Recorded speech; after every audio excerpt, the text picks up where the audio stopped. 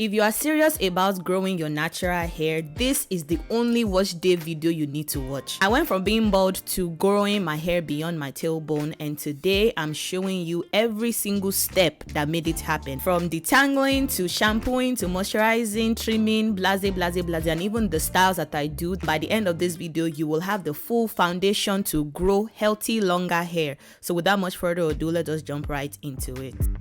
Every good and perfect gift is from above, coming down from the Father of the heavenly lights, who does not change like shifting shadows. James 1 verse 17, the NIV version.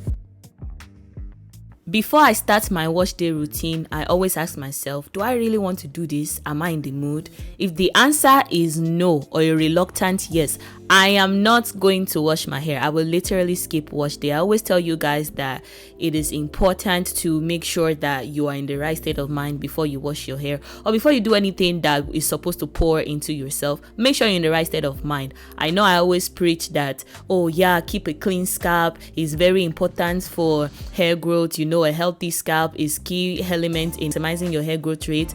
But I feel like preventing breakage is more important. I don't know about you, but me, if I try to do my hair or do anything when I am not really up for it, I always half-yansh it, okay? I don't want to half-yansh my wash day routine because that is going to lead to breakage. I won't be as gentle. I won't be as patient. This is not me encouraging dirty, stinky behavior. This does not mean you should now wait months and years and eternity before you wash your hair. Try to set the mood. If you're not in a good mood, watch K-dramas. Me, I love K-dramas. Watch this for me is K-drama time. And, maybe watch a sermon, listen to music. Try to set the mood, sha. And if you are never in the mood, you might need therapy, okay? But all jokes aside, your mood really just influence how well you are going to do your wash day. I'm not gonna lie, it's something that I have noticed about myself. And if you're a woman who still gets her period, I highly recommend that try to avoid washing your hair in the luteal phase of your cycle. Only a week in a month where I tell myself I'm not doing any wash day or anything that's going to drain my energy. Plus, we all know that wash day is already draining. The steam is so much, you are dizzy, you are hearing light, you are seeing light, you are hearing angels. It's just a lot and overstimulating. Filming and trying to do my hair properly is just not a nice combination for washing my hair in my luteal phase. Back to detangling, I just feel like I went off script just talking about how important your mood affects your wash day. It's important, but I also wanted to give you a run through on how I detangle my hair. I always finger detangle, like most of the time, most wash days, I finger detangle a lot. And then when I feel like it, I go in with a white tooth comb or like a detangling brush to thoroughly detangle my hair.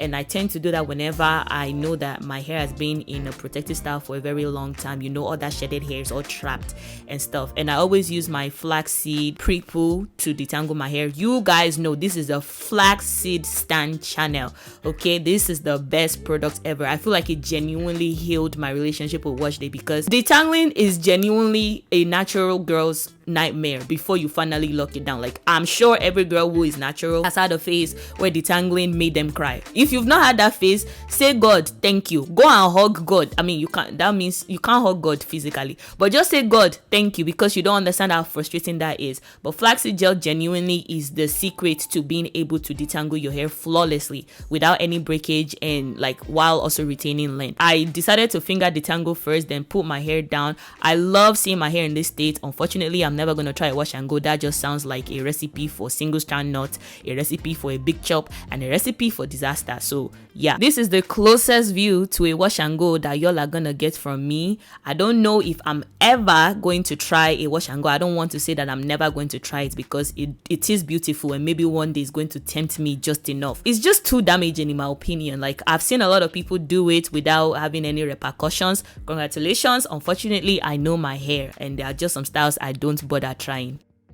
Back to the topic of detangling, I'm just going in again section by section, just detangling it with a tool this time, being gentle. I have fine strands and I know that the key to making sure that they don't break is being gentle with whatever I do to them. This whole detangling step, it just makes my whole wash day routine smoother. Like, this is the longest part of my wash day routine. I have tasted detangling my hair after shampooing and I have tasted detangling my hair before I even get into the shower. I highly recommend you do it before. This step might feel slow, but honestly it saves me time later. The more carefully I detangle now, the smoother my wash day is gonna go, and the less shedding I see in the shower, which ultimately leads to healthy longer hair.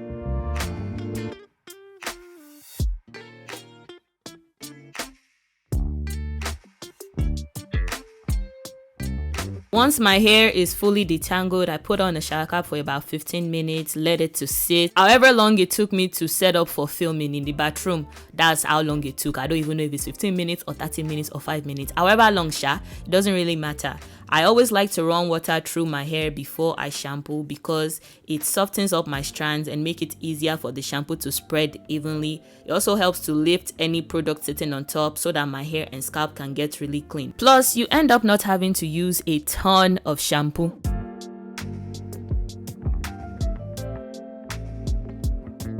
Now that my hair is fully drenched and prepped, I can move on to shampooing in peace. I focus the shampoo on my scalp because that's where build up, oil and sweat collect, especially if you're active, aka gym rat. I don't wash my hair like clothes.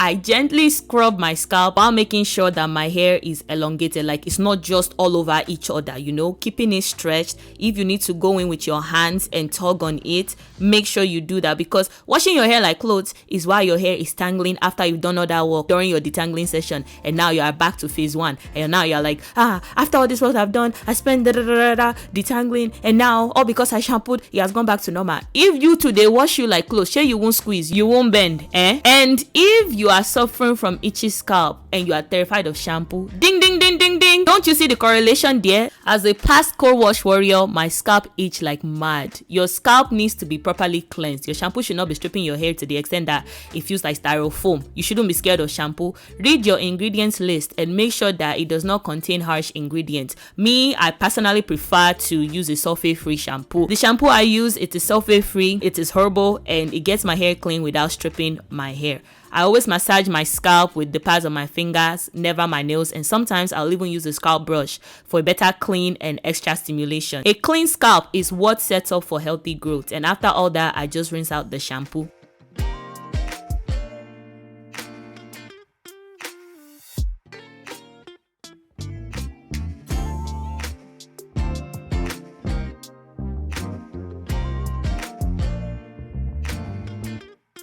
After rinsing out my shampoo, this is where I really start to bring the moisture back into my hair. The shampoo's job is to cleanse your hair, so it can leave your strands a little bit testy. It should not be parched, but it can be a little bit testy. This is where conditioners come in to balance everything out. I like to smooth the conditioner down the length of my hair, focusing on my ends. They are the grandpa and grandma of your entire strand. They have been through a lot. Every single wash day they were there. Every single twist out, every single style they were there. So they need the most love and the most affection. So be very generous when you're applying the conditioner to the ends of your hair. Plus, that is going to prevent split ends, single strand knots that may travel up your hair shaft and lead to breakage or hair thinning. A lot of people tend to rush through conditioner, like they just take one blob of conditioner and slap it on your hair. If you have natural thick hair that is kinky, you have no business doing that. You should go in section by section, smoothing it down strand by strand. Make sure everybody on your head gets love. Conditioners in general, even deep conditioners, they do more than just making your hair feel soft. It helps with the elasticity, which means less breakage when you detangle later. It also flattens the cuticle layer so that your hair looks shinier and feels smoother when it dries. I've explained it before in the past that when you shampoo your hair, it opens up the cuticle, and then conditioner just comes in to close it up. I say all this to say, never skip conditioning. When you're applying conditioner, I like to make sure that my hair is fully saturated with water before I apply. Natural hair loves water, and conditioner actually works better when it is able to lock in that moisture.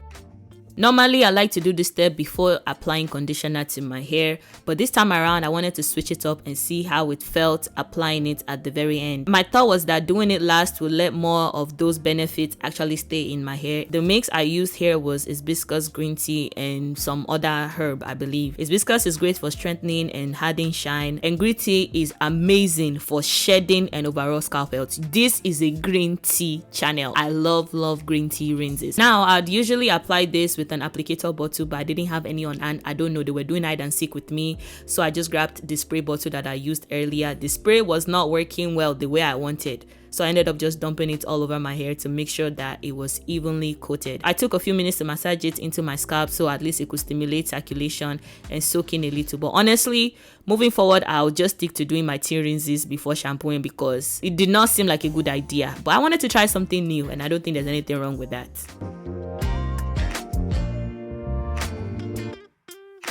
I wanted to show you another way to deep condition your hair if you're really struggling with moisture retention. This specific session is from another wash day, by the way, in case you are wondering, oh, is she conditioning her hair twice? Does she rinse out that conditioner and then apply a deep conditioner? I am not that extra. I just wanted to show you what could help, especially if you have low porosity hair and you know that it takes a bit of time for products to penetrate it. Heat opens up the cuticles so the conditioner can actually penetrate instead of it just sitting on the top and staring at you. Sometimes I'll use a steamer just like you are seeing right now. By the way, you don't need to get a steamer that costs an arm and a leg. You can use a regular face steamer. As long as it is producing steam, it's going to work. And if you don't have a steamer at all, what you can do is put on a shower plastic cap, take a towel, put it inside water, microwave it for maybe, I don't know, until it is hot enough to touch, wrap it around that shower cap, and then just wait for 30 minutes. That would work. You can also just put on a plastic cap and go to the gym, do maybe treadmill for about an hour, be a self-generator of your own heat source,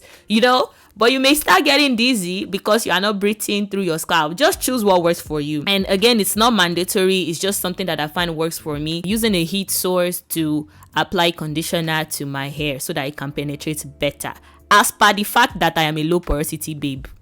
I generally leave conditioners and even deep conditioners in my hair for a total of 30 minutes to 1 hour. Mostly 30 minutes, to be honest, because I like to get wash day over with. Like, I don't want to spend too long after I have applied the deep conditioner. I want it out of my hair, sharp. I rinsed out the conditioner with cold water, and now I'm going to moisturize my hair.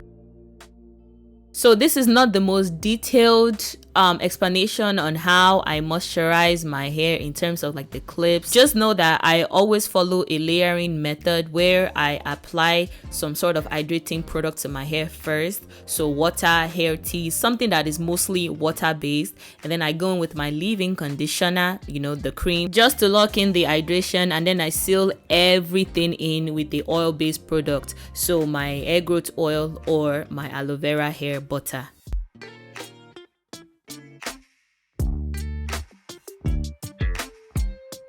Now that my hair is fully moisturized and sealed in, I am going to dust my ends. This is not something that I do every single wash day. I can't give you a schedule because it is more so a as needed type of thing. Dusting is basically trimming off the older and weaker ends without taking away too much length. It keeps the breakage and damage from traveling up your hair shaft. It's more so like a I catch it before it even becomes bad type of situation, like cutting it off before it even becomes toxic. You should apply that to your life actually. I like doing it when my hair is in twists like this. I just feel like I can clearly see what needs to be taken off. It's not a real full trim. Dusting is how I maintain my ends for the most part, and then I do like a big trim about 2 times a year.